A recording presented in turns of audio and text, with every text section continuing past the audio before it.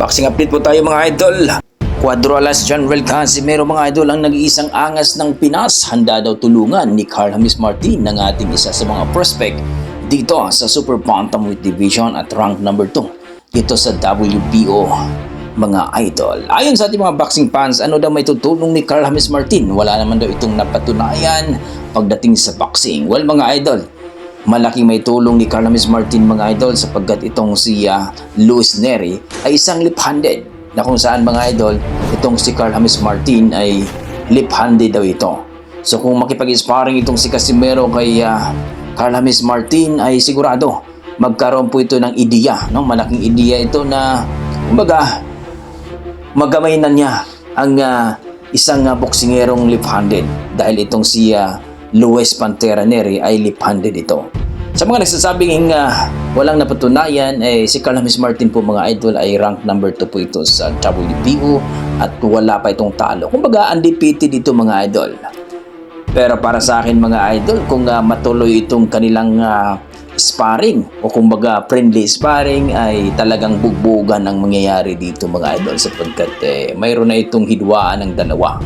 So, mas maganda rin ito mga idol sapagkat may experience din ni Carl James Martin ang kamao ni Casimero at itong si Casimero din ay may experience din niya ang isang left-handed na kung saan ang kanyang mga kalaban ay isa ring left-handed na itong si Luis Pantera Nery. Hindi ito basta-basta no mga idol no itong si Nery mga idol sapagkat nagkaroon nga ito kumbaga nagpositibo nga ito sa pinagbabawal no nasangkap no gumagamit ito ng ipinagbabawal na gamot mga idol kaya na-ban po ito sa bansang Japan mga idol kaya mag-iingat itong si Casimero sapagkat gagawin talaga ni Nery din no para manalo siya dito. So kayo mga boss, anong masasabi niyo dito kung makipag-sparring itong si Casimero kay Carl James Martin?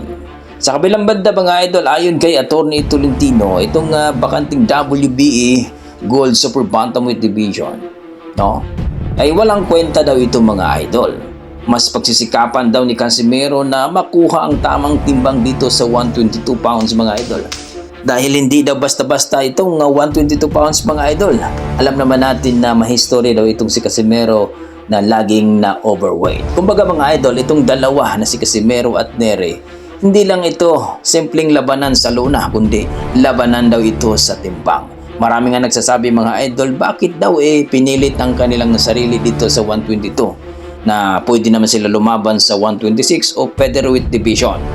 At lagi naman daw panalo itong si Casimero dito sapagkat kung manalo nga itong si Casimero dito sa featherweight division, magkakaroon pa rin ng ranking si Casimero sapagkat itong si Luis Nery ay rank number 5 ito sa WBC at WBA. Kaya mas maganda daw na itong si Casimero at Nery lalaban dito sa 126 o featherweight division.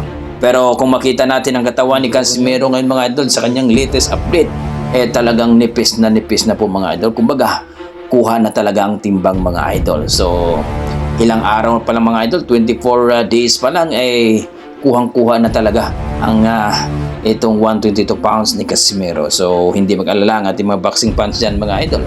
So, kayo mga idol, ano masasabi nyo dito sa ating video? Please comment down below mga idol at sana nga no, makuha ni Casimero at Nery ang kanilang tamang timbang dito sa 122 pounds para mas magandang bakbakan dito mga idol.